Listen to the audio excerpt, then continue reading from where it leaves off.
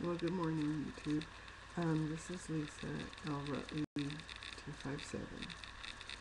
I'm trying to use the webcam on my computer, so this is the first time I've ever used it.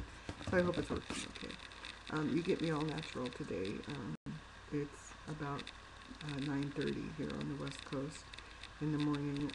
Had to get up at dark 30, actually about 4:30, to bring my son to another place. He had to go take his SATs today, and we had kind of a little bit of a drive to get there. So up early and tired, and I should be doing housework. So anyway, I'm having a lot of trouble uploading videos from my other camera, so thought I would try this instead. Last video I mentioned that my pre-op visit didn't go well. It didn't go. I mean, I went to my appointment, but I had gained 13 pounds in the 6 weeks, which is not actually accurate. I actually gained like 28 pounds or something due to the lymphedema that I have in my legs, and currently still in therapy for that. So actually my weight had come down, but my doctor, being hard-headed and young, still in his 30s, out to prove something, I guess, I don't know, decided right away. I mean, there was never a smile. He just came in and he's just like, well, yeah, I think that we need to wait until the summer. And I don't know, it was just a really bad visit. He was not kind. He called me a liar in the sense that he said that when he was asking me what I was eating every day, and I kept trying to tell him it's the lymphedema, I'm working hard. What are you eating every day? How many calories are you taking in? And he's like, that can't be true, that can't be true. And it was very hurtful, and I was in a place at that point where I'd kind of shut down. So I just sat there and looked at him, and then finally he admitted that he was offered 2 different jobs. One was for a hospital in a few towns away. It's about a 45-minute drive. He was offered head of robotic surgery there. And at the local hospital, he was offered head of bariatrics. So he didn't know where he was going to be. I wanted my surgery March 15th, and he didn't know where he was going to be on March 15th. He knew he wasn't going to be in his current office, probably. So I'm like, why did you just put me through all this if you're leaving again? And but I left, and I got home, and I cried, and then I got mad. And it's kind of like a breakup. Your feelings are hurt. You're just like, what just happened, kind of a thing. And then you get mad, and you're like, I'm not going to take this. So I called his office, and I asked if I could come pick up a copy of my records. And the nurse asked me some questions when I came in, and I kind of explained to her what happened. She's like, what? This is a misunderstanding. And I'm like, whatever. I don't need to take it. I don't. I don't take it from men in my life. I don't take it. I'm not taking it from a doctor. This is my life, and I'm trying to be in more control. So anyway, I called my doctor's previous office, his previous partner. I don't know if I mentioned before, but he was in a practice with another doctor when I first went to see him for weight loss surgery last summer. It was in July. And all this, I saw him on December 19th, and when I think it was Christmas Eve, I got a letter from the office saying he was no longer with that office. Then a few days later, I get a phone call from him. He had a new office. So I went to the new office, and I saw him for 2 months. And now, I saw him in January, and then I saw him February 27th, which is the pre-op visit that went terribly wrong.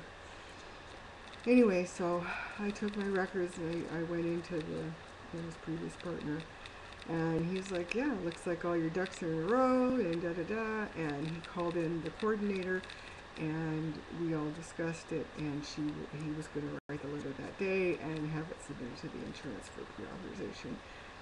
I got a phone call 3 days later from my case manager. Sorry, forgot. And she said that it was approved. So my surgery's been approved. The only problem is when I saw the new doctor, I think it was March 5th, so it was just this past Monday. Uh, it, he mentioned that, when would you like surgery? And I said, I was really hoping for March. And he's like, oh, totally booked for March. And I said, well, then April and so then he sat down and he tells me, well, I'm trying to go on a volunteering mission um, in April and May, and he would hear about the details if he was going to go or not this past week. So I still don't know if he's going or not, but surgery's been approved, and now I guess I just wait and see if when I can have surgery. Hopefully within the next 8 weeks. I don't know, maybe 10 weeks. We'll see. I will let you know for sure. So anyway, the appointment went well. So I thought, well, I better call my original surgeon's office and tell them that I won't be back, because I did have an appointment scheduled for Monday the 12th of March for a follow-up with him. And, oh, excuse me. I didn't sleep very much. So the nurse, I said, cancel my appointment, and I've decided to go with another surgeon. And she's like, oh, I'm so sorry to hear that, what's going on, And I just told her that, I said, well, it's the same story that we talked about. And I said, and I hope that Dr. H, I'll call him, my original surgeon, I hope he learns from this. And she goes, well, I'll let him know. And I said, she goes, and I'm sure he will. And I said, well, if the ego doesn't prevent him from actually learning. So she goes, yeah, I'll be sure to let him know. And, you hear that and you think nothing of it. Less than 5 minutes later, the phone rings, and it's Dr. H. And he was like, I hear that you're going to another surgeon. You're going to be going to another surgeon. And he kept kind of hinting around as to who I was going to go to, or if I'd made up my mind, and I didn't even let him know. I just sat there quietly. And he said that he's really sorry to see me go. That he thought that we had a bond, patient-doctor connection. And I just said, well, I'm not going to sit around with and stay with anybody that basically calls me a liar. And he was kind of quiet, and I said, you said at least 3 times that I can specifically recall that it's just not true whenever I would say something. And he goes, well, that's not what I meant. What I meant was when you say you have 12 to 1,600 calories a day that you should be losing weight. So I was like, well, that's just not true. I mean, you should be. And I'm like, just digging a hole, I said, I don't know, did you take the job? And he goes, yeah, he took the one that's a distance away. And after going over the stuff that, and I told him, I said, you really need to learn from this, because this is not the way you treat a long-term patient. This is the way you treat any patient. And then he goes, I think the real issue is that I'm leaving to go to the further away hospital. And yeah, no, that's not the real reason. So anyway, so that's over with. And I did have to give him props for calling me. A lot of guys, forgive me, guys, It felt like a breakup, so I called my doctors. Would just blow it off and not even care, you know. And he doesn't need me as a patient. You know, bariatric surgeons are busy. They really are.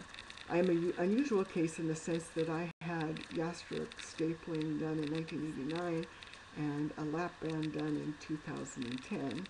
So this is the third procedure, and he has to remove the lap band, which I had issues with, so that's got to come out. Yeah, so anyway, so that's where I am as of today. How long is the video? About 10 minutes. So I'm going to cut this off now. If I have anything else to add, I'll try to make another video, and keep your fingers crossed that this one loads up. And Amaros, I'm thinking of you and sending you prayers. I know we don't know each other yet, but so sorry to hear about your loss. I don't know what your husband's condition was, but you had mentioned that you had talked to him and he really wanted you to have this surgery. And I believe that he stayed here for you, you know, until he knew that you had this surgery that would change your life. And again, sending you prayers. Look at him, I'm gonna cry. So sad. And Nursey Nurse, we don't know each other either. You had a sparkle in your eye in your video today, and that's good to see with all you've been through. And I'm keeping you in my prayers. And so, anyway, not sure either one of you will hear, because if one of my subscribers can let them know. So, anyway, have a good weekend, everybody, and I'll talk to you again soon if this works. Alrighty. Later. I don't know how to turn this thing off though. Okay, bye. Okay, bye.